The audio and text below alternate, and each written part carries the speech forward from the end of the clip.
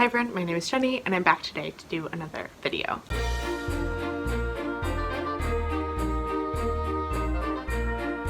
Today I'm going to be talking about my top 2021 releases.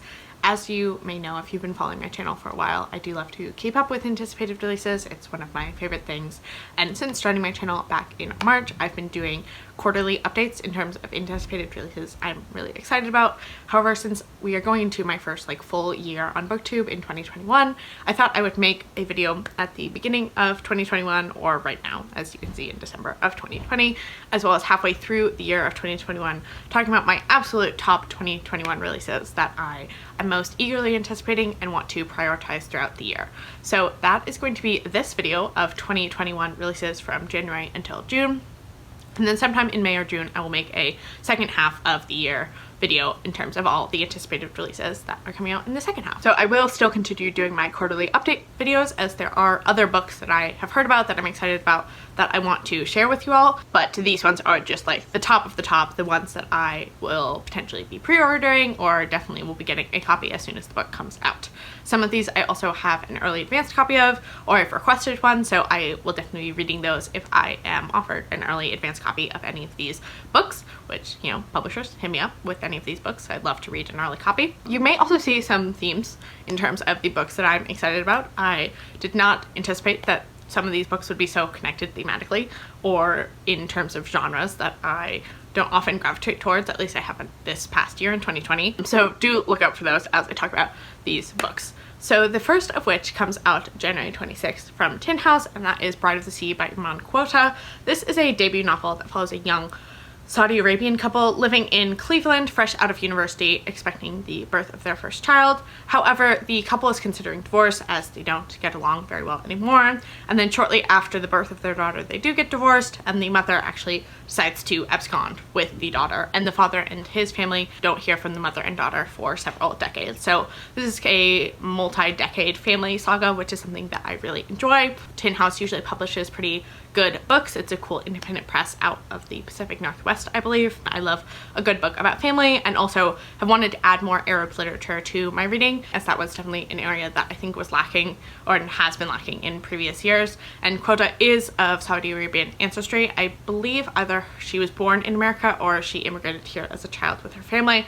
I'm not entirely sure. Moving into February, the next one is The Survivors by Jane Harper. This one is coming out from Flatiron Books on February 2nd, and I don't know that much about this one because it is a mystery. Jane Harper is one of my favorite mystery authors. I've read all three of her books thus far, and they are some of my favorites. She writes very atmospheric mysteries set in Australia that I think have really solid mysteries, but also have some nice kind of additional character development or kind of more in-depth thematic elements that I really appreciate. I do know that this one is set at the beach, and I believe involves a brother that goes missing, so that sounds fun. I've heard good early reviews about it. I believe it's already out in Australia because Jane Harper, as I said, is an Australian author. Also on February 2nd, we have 400 Souls, A Community History of African America, 1619 to 2019. So this is an anthology of nonfiction work by 90 of America's leading Black writers, and it was edited by Emma X. Kendi and Keisha Blaine, that, as the subtitle suggests, tells the story of African America from the first arrival of African slaves to the continent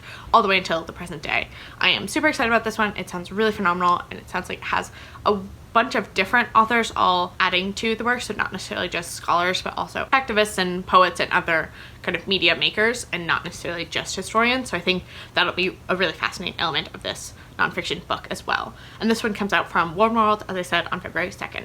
The next one also comes out in February on February 9th, and this one is one I have an early copy of through NetGalley, and this is We Run the Tides by Vendela Vida. This one comes out from Echo and is a coming-of-age story that follows two teenage girls living in San Francisco in the 1980s who, as the blurb says, witness a horrible act, or do they, that ruptures their friendship and then is only made more intense when one of the friends ends up disappearing. So at first, when I first requested this book from NetGully, I did not realize it had a mystery element to it, but I am excited about that. Mysteries appear to be a common thread in terms of my top 2021 releases, which is intriguing because I haven't read that many mysteries this year, but I guess I'm just in a mysterious mood for 2021, and I am super excited about this one. I also really enjoyed the cover of this one and also just like coming of age stories. Then on February 16th, we have another one that I have an early copy of, which is The Sum of Us: What Racism Costs Everyone and How We Can Prosper Together by Heather McGhee.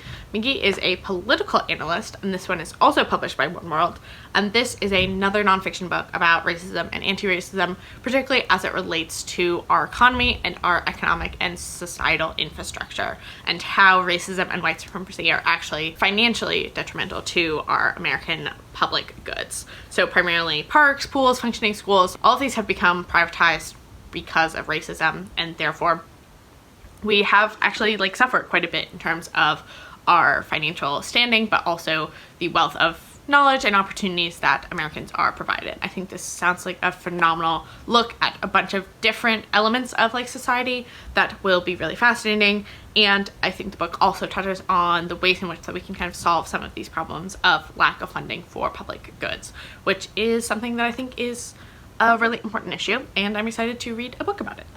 Then moving into March, we have another debut novel, which is The Conductors by Nicole Glover. This one is out from Mariner Books, and I also have an early copy of this one. And this is a genre-bending novel that is part historical fiction, part fantasy, and then part mystery, again, about a young woman named Hetty Rhodes, who is a magic user and former conductor on the Underground Railroad, who now solves crimes in post-Civil War Philadelphia. I really love history-inspired fantasy novels. I think that is a really interesting way of re-examining and rewriting history that I usually really enjoy reading about. So I'm super excited about the kind of magical bents that this has to that early Reconstruction era of United States history, and it has a mystery to boot, which sounds pretty fun. And The Conductors comes out on the 2nd of March. Then the next book I have comes out on the 9th of March, and this is one that I actually happen to have a physical copy of, which is How Beautiful We Were by Mbolo Mbui. Now this is actually kind of a funny story because I won this in a giveaway right before the pandemic started, or right around when the pandemic started back in March. And this was actually originally scheduled to come out on June 16th of 2020. However, because of the pandemic, they actually pushed it a whole year to March of 2021, right in March of 2020 as the pandemic was first setting in. But they still sent me this early ARC copy, so I'm hoping the book hasn't changed too dramatically between the ARC copy that I've received here and the like final published copy in March of 2021. But I am really thankful and happy to have this physical copy, and I actually will be reading this in January for my African Women Writers Project. So this is one that I have talked about a couple of times on my channel because of this odd situation that I find myself in with this book. But this is a literary fiction novel set in a small fictional African village that is coming to head against a large American oil company that has a presence in their community. This one sounds like it ticks a lot of my boxes in terms of looking at the intersection of environmentalism and colonialism, as well as discussing like the importance of communities and the ways in which we can come together. So I'm super happy that I have a physical ARC of this, but definitely will be getting a finished copy once this one comes out. Then also on March 9th, we have The Seedkeeper by Diane Wilson. This is coming out from Milkweed Editions and is another multi-generational family saga following a Dakota woman named Rosalie who returns to her childhood home after many years away after her father disappeared when she was a child and she was sent into the foster system. This one sounds really good, a lot of like reconciling your past and coming to terms with your cultural heritage and identity, which sounds really fascinating. And I also do want to incorporate more Indigenous literature into my reading, so this seems like a really great fit for that. Diane Wilson, the author, is also a member of the Dakota Nation, and I also just love supporting Milkweed Editions. I don't think I've ever read their fiction before, but I do love their environmental nonfiction, and I bet they would publish great fiction as well. Then on March 23rd, we have Red Island House by Andrew Lee. This is coming out from Scribner and is another literary fiction novel set primarily in Madagascar, which is not a place that I've read from before, that follows a female African-American professor named Shay and her rich Italian husband who decide to build a house in Madagascar. And I believe Shay, the professor, finds herself kind of digging into the history and culture of Madagascar, and I think something kind of comes to head because of her digging into that cultural history. I am really fascinated by Madagascar. It is a place that I have had at like the top of my bucket list or very near the top in terms of like worldwide travel destinations for a long time, and hopefully someday we will be able to do global travel again, but if not, at least I can visit in this literary fiction novel. Then moving into April, on April 6th we have Call Baby by Morgan Jerkins. This is coming out from Harper, and I have heard of Morgan Jerkins. She is pretty popular here on BookTube for her nonfiction, but this is her debut novel, and when I heard about the premise of this one, I decided that I want to give this one a try and then may go back to her nonfiction personal essays and memoirs. So this is yet another multi-generational family saga. I love a good multi-generational family saga about a Harlem family who acquires a baby by way of a niece that has had a child that is unable to care for that child, named Hollow, who was born with a caul, hence the name Call Baby, and who the matriarch of the family believes will restore the family's prosperity. So I am super excited about that. That sounds like a really intriguing premise, and as I said, I just really love family dynamics in a multi-generational family saga, so I think this one will also kind of fit the bill in terms of a lot of my boxes that I enjoy in literary fiction. Also, I did not realize Jerkins was so young. I saw a picture of her as an author photo in relation to this book, and I think it may have been her debut nonfiction work. The image on that, she looked much older than she does in this image. So I looked her up and she's not even 30. So that's really exciting because she seems like she will have a long career ahead of her. So I love to find younger early novelists and writers in general who I can kind of hopefully track for a longer period of time. Then also on April 6th, we have a romance novel, I believe one of the only romance novels on this list, and that's The Duke Undone by Joanna Lowell, and this is out from Berkeley. This is another debut historical romance novel about a female artist who finds a naked duke drunkenly passed out in an alleyway, and a romance ensues between them. I think there's something about him being like saved from impropriety, which is a classic like historical romance trope, and this just sounds really fun. It sounds like it's kind of turning that on its head. Also, I'm just intrigued about like a woman finding a naked man and like them having romance. That sounds fun. So I'm excited about that one. It seems like one that Book of the Month might pick up, which I always appreciate when they have hardcover romance books for me to read. Then on April 27th, we have probably one of the most anticipated ones on this list. I mean, all of them are ones I'm super excited about, but this one I just am so excited about, which is Whereabouts by June Lahiri, which is coming out from Knopf. This is June Lahiri's latest novel that is actually being translated from the Italian. So it's been out in Italian for a couple years, and it's finally being translated into English and published by Knopf. I know nothing about it except that it's written by June Lahiri, and I think it's about themes of like identity and finding your identity, similar to her nonfiction piece In Other Words, which was about similar themes of her kind of finding herself when moving to Italy and learning Italian. So I think it's kind of similar except in novel form, and I'm really excited. That's all I know about it. Sorry. Then we have on May 4th, The Parted Earth by Anjali Enjeti. This is out from Hub City Press, which is one of my favorite little independent presses, and is, guess what, another multi-generational family saga, this time about a young woman living in New Delhi in 1947, and her Muslim boyfriend and his family, alongside our main character, must escape to Pakistan shortly after partition because they are Muslim and they are no longer welcome in India. This sets off a series of events over the course of several generations, culminating in a contemporary timeline in Atlanta, which is exciting because, you know, I live here in Atlanta. So this book also has a lot of things that I'm really interested in, particularly Indian history. Around partition is a time that I have studied quite a lot and I find to be a really heart-wrenching and important time to read about. So I'm excited to read another novel about it, but also is set here in Atlanta, which I always appreciate, a book set in a place that I know very well. So super excited about this one. It's also out from a press that I really like, so I definitely will be reading this one and potentially pre-ordering it. I've thought about pre-ordering it several times, so we'll see if I actually end up doing that.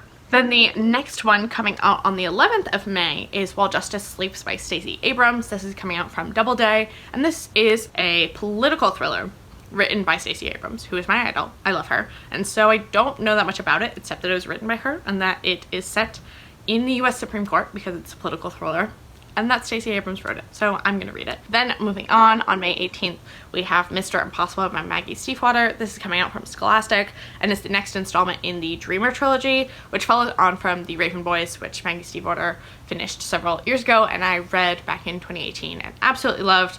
I also really enjoyed Call Death the Hawk, which I read last year, like November of 2019. Also really enjoyed Call Down the Hawk left on quite a cliffhanger, so I'm excited to read the second installment. Definitely will be getting to this one shortly after it comes out if I can get the audiobook in a reasonable amount of time, as I prefer to listen to the audiobooks of these books. Then also on May 18th, we have Ophi's Ghost by Justina Ireland, which is coming out from Balzer and Bray. And this is a middle grade novel following a young black girl born in the 1920s in Georgia, who, after a tragic event that culminates in the death of her father, her mother and her have to move up to Pittsburgh to live with some distant relatives.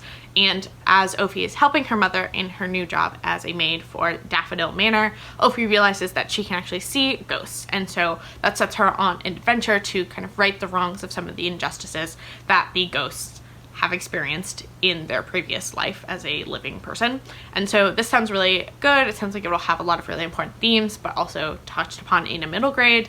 And it also has a really fascinating historical setting, which I always love to see. I love to see history about a place, as I said, that I know pretty well. And so I'm excited about this one quite a lot. Then on the 1st of June, we are getting into the last month here, people. We have The Other Black Girl by Zakiya Dalila Harris, and this one is out from Atria Books. And this is another mystery thriller about a young black woman by the name of Nella, who is one of the only black employees at a publishing house, who begins to receive some very disturbing and very urgent messages from a new hire who's also a young black woman who obviously seems to know something about the publishing house that is more sinister than it may appear. It sounds very creepy. I'm very excited. We'll be reading it. Then also on the 1st of June is one that I feel like everyone on BookTube and their mom and the bookish community at large, everyone in the entire world will be excited about. So I thought I would just mention it here just in case you need to hear about it for like the 400th time. We have One Last Stop by Casey McQuiston, who's the author of Red, White, and Royal Blue, and this one's going to come out from St. Martin's Griffin.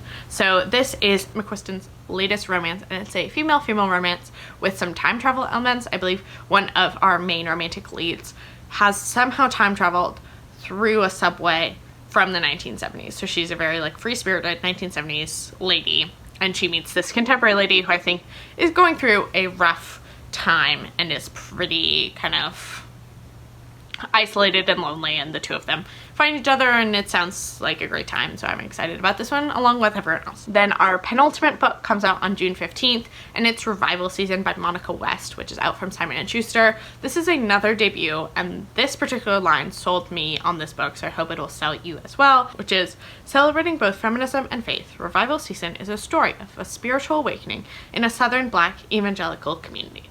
That sounds great, particularly the intersection of feminism and faith. Sign me up.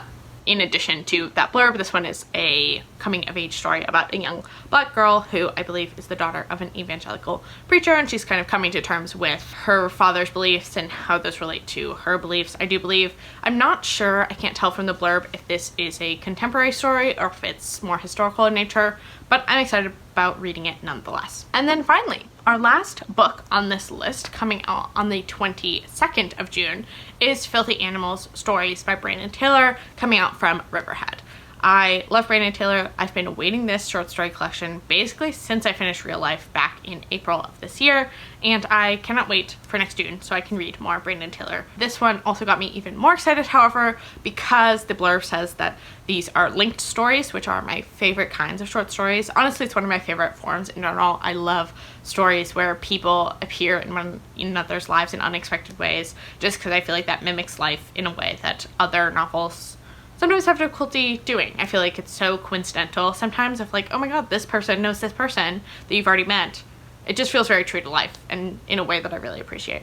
But it also, in addition to being linked stories, is about young creatives in the American Midwest. So yeah, that sounds great. I love young creatives in the American Midwest. I have a lot of friends that are young creatives in the American Midwest. So that will wrap up these top 2021 releases.